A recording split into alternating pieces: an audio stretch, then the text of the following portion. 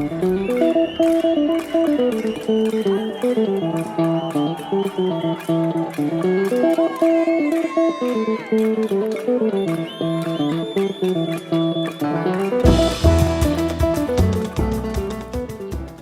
started with high school students jumping the turnstile to protest the rise in the price of transportation, but it suddenly converted into an act of solidarity. It became about the older generation and their pension, about health care and its limited access. It is about the indigenous people. It is also about women and all of us that had been told how lazy and slow we were and that we really needed to try harder. And then we realized we were building our own unique and individual struggle that grew into a collective fight. And it was then when we realized we weren't as alone as we thought we were. Since last October, there have been ongoing, massive, sometimes quite violent protests in Chile. The response of the government to this protest has not helped to de-escalate the violence. In fact, in the early days of the protest, government brought the military into the streets, declared a state of emergency, imposed a curfew, and all that, if anything, added fuel to the fire. So a protest is really visibilizing what is affecting us in our private life, making it public, making it everybody. So it's reclaiming that sense of community. Let's all protest on this because it's affecting everybody. So it's a matter of social issue. It's a matter of we want in because we have been left out. We want in to the democracy. I think the social movement is the result of having a government that, for more than 30 years, has failed to listen to its people and our demands.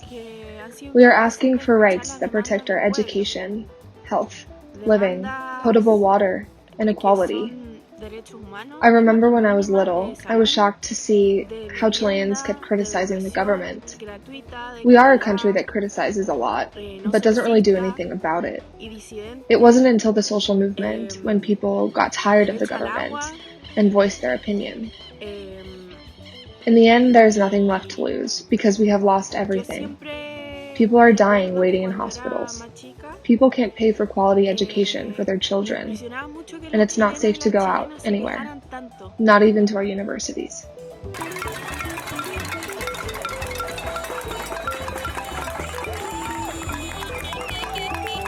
Chile entered a new democracy in 1990.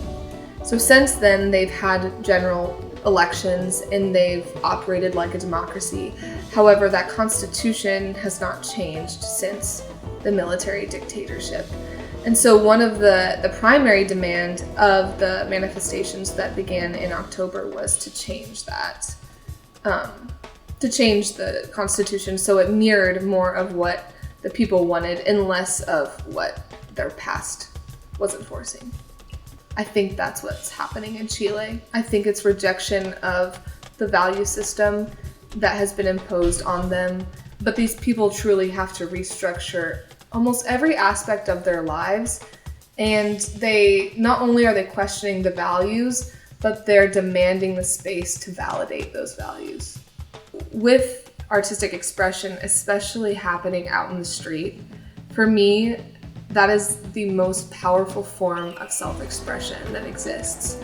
Because you're taking what you find within and you're making it so apparent in the world around you that even if it's lost on someone passing by, you've lost the burden of having to live without it in the world.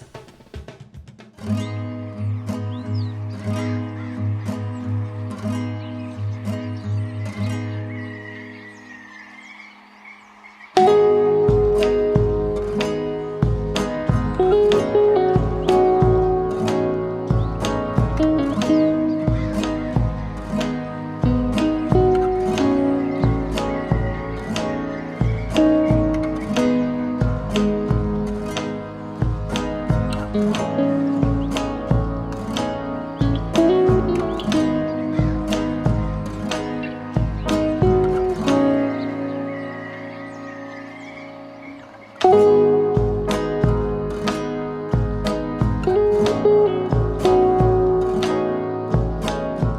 are disappointed of social institutions because we have, and especially in Latin America, we have been let down so much and for so long that it's very hard to believe in any movement, except it is a movement that we create ourselves. And even then, we are afraid because of what we've seen, right? The pacification, you said it a little bit ago. So these processes of pacification where a lot of people end up dying, the 68 movement, and people are afraid because we don't have trust that anything will result out of it. So we are right now in a phase where we're needing to reclaim the space of resistance and political resistance so we can actually start making changes. First is taking that public space to make these things that are affecting our private lives and make them public. Space has to do with empowerment. I mean, who has the right to say what and who has the right to tell the narrative? And it also has to do with putting people in different places where you can monitor what they are doing. So in my opinion, space and the way space is organized, it has to do everything with politics. It has to do everything with where people belong or where you want people to belong. I was walking near Plaza Baquirano, now referred to as La Plaza de la Dignidad, or the Plaza of Dignity.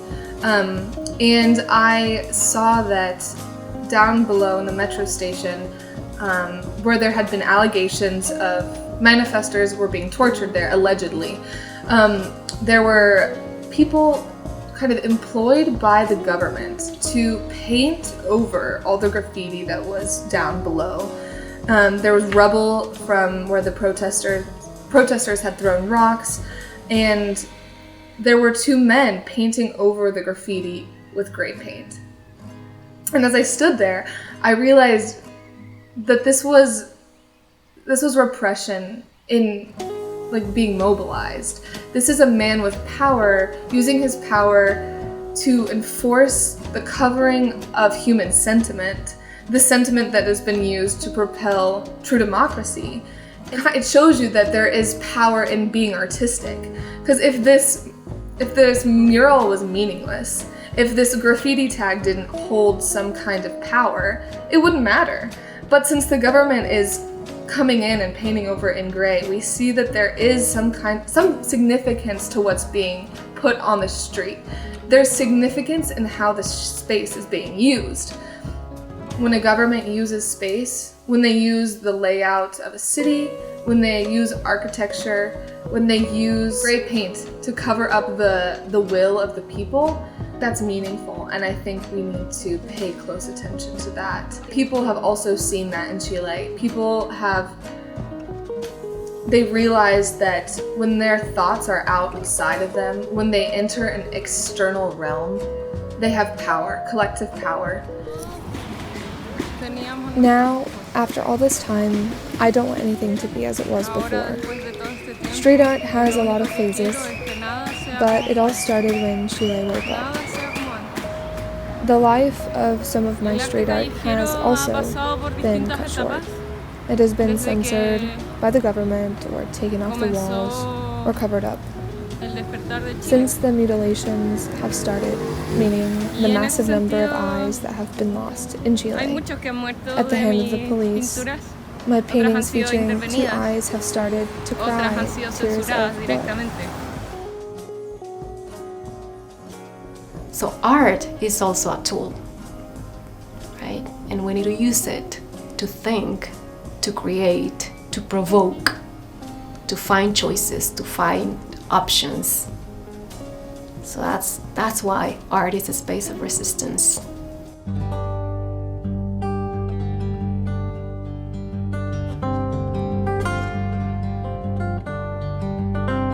Protest art also carries movements afterwards, in the sense that through artistic expression, the memories of the struggle are transmitted to the future. Art provides an awareness, and what we're talking about here is a political movement that we need to support and understand, not as just one thing that is happening, but as something that pertains to the whole world, to the whole, humanity, because we cannot be thinking about people dying as a collateral damage. We're talking about humans, and we're talking about embracing a community. When we talk about globalization, that's where we should be thinking, in a global community. So when we talk about art in a class and the disruption of a discourse that is not actually going on, that awareness, that discussion, that critical thinking is the first step to become political. That's the first step to disrupt the status quo. So thinking in the classroom, outside the box, using art to see and enable ourselves to, think beyond and see different perspective, or see through the eyes of somebody living somewhere else. I think that's the value that art is giving us. So, that's why we have to look at these movements and see the value, because they are emerging from the people. And the more support that they have internationally, the stronger they will become. So when we ask the question, why is it happening in Chile, we need to kind of look within ourselves and see what in our own lives are we this passionate about, where we can justify taking to the street, living within a world where we might not know if we're going to eat the next day. What are we so passionate about that we would kind of disrupt society to fight for that? We see that people who back that moment, every single one of them would sit in front of this camera and say, I did it because I believed in something better. When we have nothing, you still have art.